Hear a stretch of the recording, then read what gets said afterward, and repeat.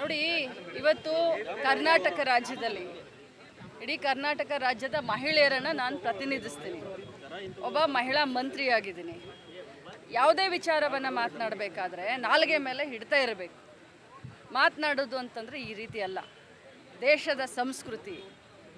ಮಾತು ತೆಗೆದ್ರೆ ಮಾತನಾಡಿದ್ರೆ ಹಿಂದುತ್ವದ ಬಗ್ಗೆ ಮಾತನಾಡ್ತಾರೆ, ಹೇಳಿದ್ರೆ ರಾಮನ ಬಗ್ಗೆ ಮಾತನಾಡ್ತಾರೆ. ಇದನ್ನು ಇವ್ರಿಗೆ ಕಳಿಸಿದ್ದು ಇದೇನಾ BJPಯವರ ಹಿಡನ್ ಅಜೆಂಡಾ? ಇವತ್ತು ಯಾರಿಗೆ ಮಾತಾಡಿದ್ದಾರೆ ಅವರು? ಆ ವೇದಿಕೆ ಮೇಲೆ ಯಾರ್ಯಾರಿದ್ರು? ಯಾಕೆ ಅವ್ರನ್ನ ತಡಿಲಿಲ್ಲ? ಸ್ವಂತ ಮಂಗಲಕ ಅಂಗಡಿಯವರು ಇದ್ರಲ್ಲ, ಮಾಜಿ ಮುಖ್ಯಮಂತ್ರಿಗಳಿದ್ರಲ್ಲ, ಇನ್ನೂ ಅನೇಕ ಪ್ರಮುಖರು ಇದ್ರಲ್ಲ. ಸೊ ಇವ್ರ ಕಡೆಯಿಂದ ಇವ್ರ ಮುಖಾಂತರ ಮಾತನಾಡಿಸ್ತಾ ಇದ್ದಾರಾ? ಅಥವಾ ಈ ರೀತಿ ಹಲವು ಬಾರಿ ಮಾತನಾಡಿದ್ದಾರೆ. ಸಂಜಯ್ ಪಾಟೀಲ್ರಿಗೆ ನಮ್ಮ ಕ್ಷೇತ್ರದಲ್ಲಾಗಲಿ ನಮ್ಮ ಜಿಲ್ಲೆಯಲ್ಲಾಗಲಿ ಅವ್ರ ಸ್ಥಾನ ಏನು ಅನ್ನೋದನ್ನು ಮತದಾರರು ಈಗಾಗಲೇ ತೋರಿಸಿದ್ದಾರೆ. ಅದು ಅಲ್ಲ ಪ್ರಶ್ನೆ. ಇದು ನನಗೆ ಮಾಡಿದಂಥ ಅವಮಾನ ಅಲ್ಲ, ಇಡೀ ಸ್ತ್ರೀ ಕುಲಕ್ಕೆ ಮಾಡಿದಂಥ ಅವಮಾನ. ನಾನು ಲಿಂಗಾಯತ ಸಮಾಜದ ಹೆಣ್ಮಗಳು. ಇವತ್ತು ನನ್ನ ಲಿಂಗಾಯತ ಸಮಾಜಕ್ಕೆ ಮಾಡಿದಂಥ ಒಂದು ಅವಮರ್ಯಾದೆ ಈ ಸಂಜಯ್ ಪಾಟೀಲ್ರು ಮತ್ತು BJPಯವರು ಅಂತ ಹೇಳಿ ಇಡೀ ಮಹಿಳಾ ಕುಲ ಚೀತು ಅಂತ ಇದೆ. ರಾಜ್ಯದ ಎಲ್ಲ ಮಹಿಳೆಯರಿಗೆ ನಾನು ಕರೆ ಕೊಡ್ತೀನಿ, ಅವ್ರಿಗೆ ಧಿಕ್ಕರಿಸಿ ಅಂತ ಹೇಳಿ ನಾನು ಕರೆ ಕೊಡ್ತೀನಿ. ನೋಡಿ, ಅವರ ವರ್ತನೆ, ಅವರ ಸಂಸ್ಕೃತಿ ಒಂದೊಂದಾಗಿ ಜನರ ಎದುರುಗಡೆ ಹೋಗ್ತಾ ಇದೆ. ನನಗೇನೆ ಈ ರೀತಿ ಮಾತನಾಡಿದಂಥವ್ರು, ನನ್ನ ಬಗ್ಗೆನೇ ಈ ಭಾವನೆಯನ್ನು ಇಟ್ಕೊಂಡಂಥವ್ರು, ಇನ್ನೂ ಒಬ್ಬ ಈ ರಾಜ್ಯದ ಸಾಮಾನ್ಯ ಮಹಿಳೆ ಬಗ್ಗೆ ಯಾವ ಭಾವನೆಯನ್ನು ಇಟ್ಕೊಂಡಿದ್ದಾರೆ. ನಾನು ಬೇರೆಯವ್ರ ಬಗ್ಗೆ ನಾನು ಆರೋಪ ಮಾಡಲಿಕ್ಕೆ ಹೋಗೋದಿಲ್ಲ. ಇಡೀ ಬೆಳಗಾವಿ ಜಿಲ್ಲೆಯವ್ರಿಗೆ ಗೊತ್ತಿದೆ ಸಂಜಯ್ ಪಾಟೀಲ್ ಅವರು ಏನು ಅಂತ ಹೇಳಿ. ನಾನು ಅದನ್ನು ಕೆಣಕೋಕ್ಕೆ ಹೋಗೋದಿಲ್ಲ. ಆದರೆ ಇವತ್ತು ಪ್ರಸ್ತುತ ಬಂದಿದ್ದು ಒಬ್ಬ ಮಹಿಳೆಯ ಆತ್ಮ ಗೌರವದ ಬಗ್ಗೆ ಪ್ರಶ್ನೆ ಬಂದಿದೆ. ಆ BJPಯವರ ಹಿಡನ್ ಅಜೆಂಡಾನೇ ಇದು. ಅದಕ್ಕೋಸ್ಕರನೇ ಗ್ಯಾರಂಟಿ ಕೂಡ ವಿರೋಧ ಮಾಡ್ತಾ ಇದ್ದಾರೆ ಅವರು.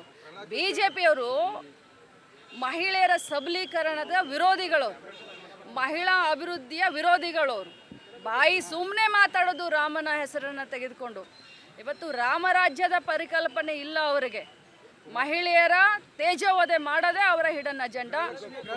ನೋಡಿ, ಅವ್ರಿಗೆ ನೈತಿಕತೆ ಇದ್ದರೆ ಇದು ಅವರು ಬಹಿರಂಗವಾಗಿ ಕ್ಷಮಾಪಣೆ ಕೇಳು ಅಂತಂದರೆ ಅದೇನು, ಅದು ಹೇಳ್ತಾರಲ್ಲ, ಮಾತು ಹೋದರೆ ಹೋಯಿತು, ಮುತ್ತು ಒಡೆದ್ರೆ ಹೋಯಿತು ಅಂತ.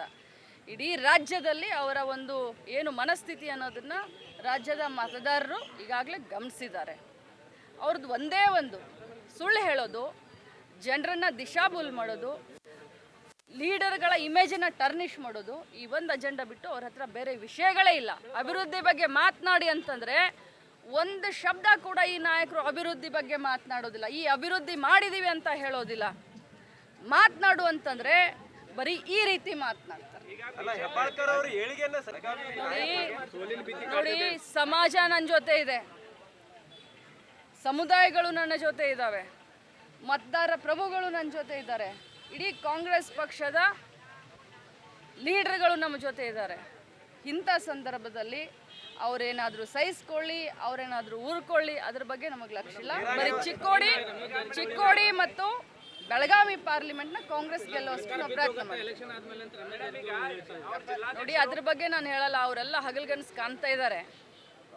135 ಸೀಟ್ ಇದೆ. ನಾವು ಏನು ಸುಮ್ಮನೆ ಕೂತ್ಕೊಳ್ಳೋದಿಲ್ಲ.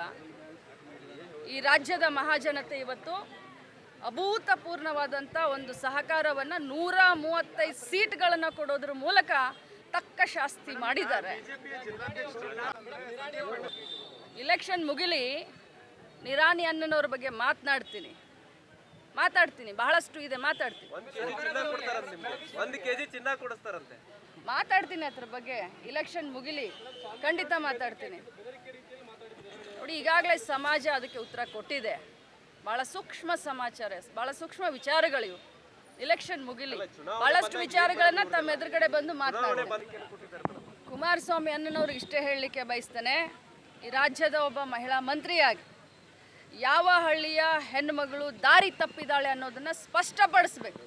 ಈ ರಾಜ್ಯದ ಮಾಜಿ ಮುಖ್ಯಮಂತ್ರಿಗಳು ಜವಾಬ್ದಾರಿಯಿಂದ ಮಾತನಾಡಬೇಕಾಗತ್ತೆ. ಇವತ್ತು ಏನು ಇಷ್ಟು ಹಗರಾಗಿ ಮಾತನಾಡೋದು? ಹಳ್ಳಿಯ ಹೆಣ್ಣುಮಕ್ಕಳು ಅಂತಂದರೆ ಏನಂತ ತಿಳ್ಕೊಂಡಿದ್ದಾರೆ ಇವರು?